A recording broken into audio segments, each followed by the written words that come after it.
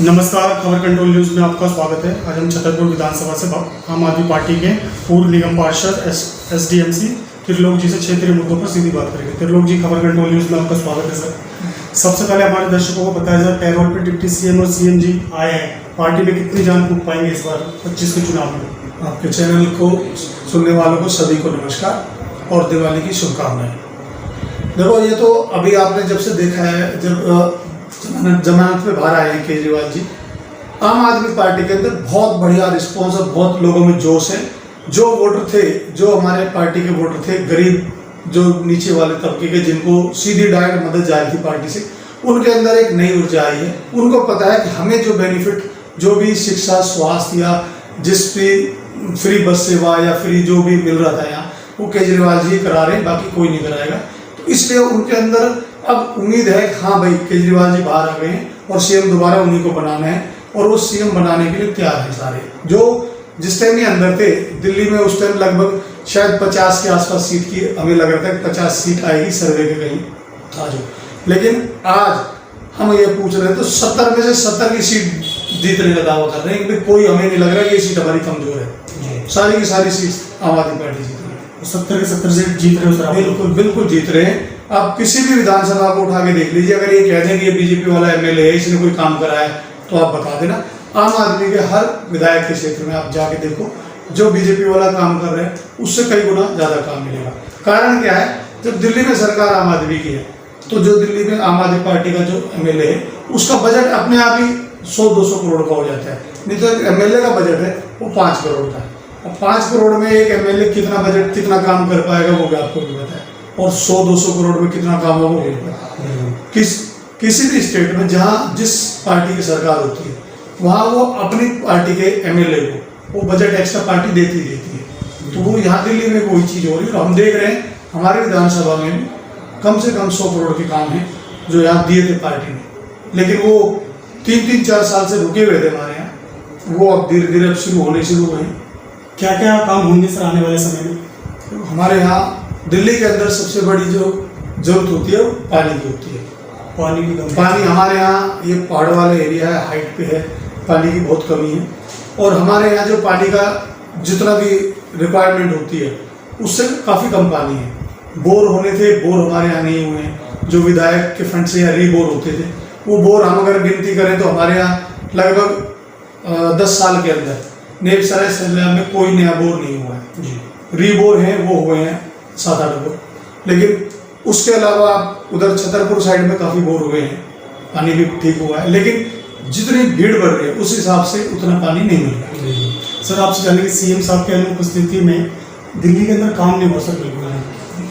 बिल्कुल, दिल्ली के अंदर जितनी रोड आप देख रहे हो, पूरा बारिश के टाइम, बारिश के बाद सारे रोडों की हालत इतनी खराब हो गई थी, कोई जल बोर्ड का काम नहीं हो रहा था। पानी दिक्कत हो गई थी दिल्ली में गर्मियों में, इस बार 3 महीने पानी की दिक्कत रही। उसके अलावा कोई सीवर की सफाई नहीं, कुछ नहीं, हमारे यहाँ भी नहीं होती, कहीं भी नहीं हुई।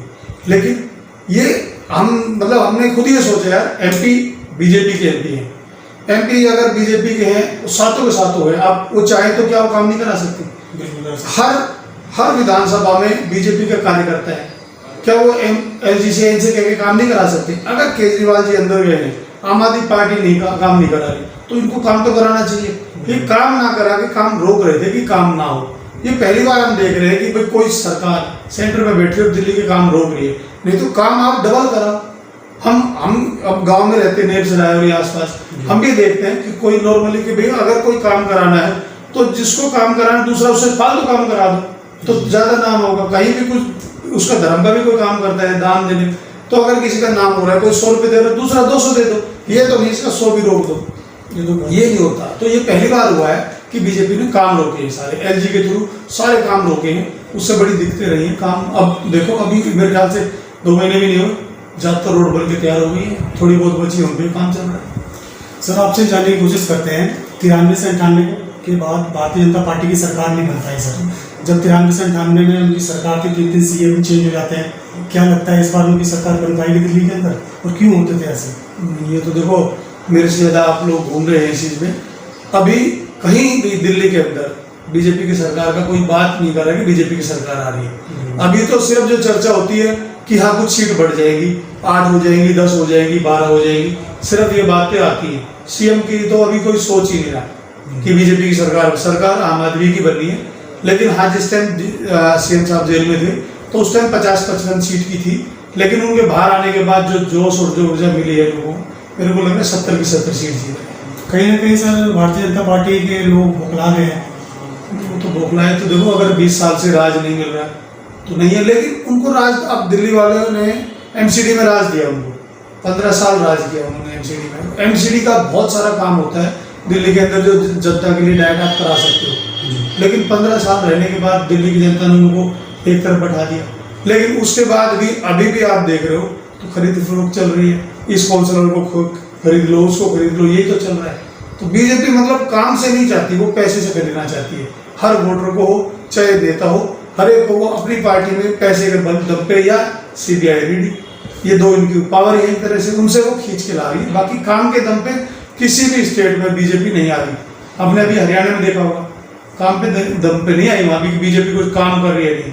सबको लग गया था सीएम बदल दिया उन्होंने, सब कुछ बदला बीजेपी ने, नहीं नए चेहरे दे दिए, नए चेहरे। लेकिन आखिर में उन्होंने जाति बांटनी पड़ी ना, ये जाति ये जात वो करके ही इलेक्शन जीते, बाकी कुछ नहीं। 10 साल से पीएम मोदी सर पीएम है सर हमारे देश के, परंतु बेरोजगारी बढ़ती जा रही। रोजगार की बात की जाए तो बच्चों को रोजगार नहीं मिल पा रहा है, इसको लेकर हमारे दर्शकों को क्या कहेंगे? रोजगार तो पहले सबसे पहली जरूरत है। देखो जितने युवा आज की डेट में इंडिया के अंदर घूम रहे हैं और सब पढ़ लिखे घूम रहे हैं, ऐसे नहीं कि नहीं पढ़े लिखे बेरोजगार घूम रहे हैं, उनको कोई काम ही नहीं मिल रहा, क्योंकि सरकारी जॉब तो खत्म कर दी, ये सरकारी पेंशन खत्म कर दी, क्योंकि सरकार हर चीज़ से पल्ला झाड़ रही है कि हमें अपनी कोई जिम्मेदारी नहीं चाहिए। आप अगर ये देखो कि बाहर निकलते हो दिल्ली से, जितने भी रोड आपको मिलेंगे सारे टोल रोड मिलेंगे। अगर टोल रोड के अलावा किसी भी स्टेट में चले जाओ, अंदर के रोड कोई नहीं बने हुए। रीजन कि वो पैसा लगा ही नहीं रहे, सिर्फ प्राइवेट जो कंपनियां हैं वो टोल रोड बना रही है। ऐसे ही प्राइवेट कंपनियां हैं उनको ठेके दे रहे हैं, प्राइवेट लोगों से काम करा रहे हैं, सरकारी जॉब खत्म कर दी है। कोई जो गारंटी होती थी, कोई पेंशन हमारी बुढ़ापे में मिलेगी, वो सब खत्म कर दी।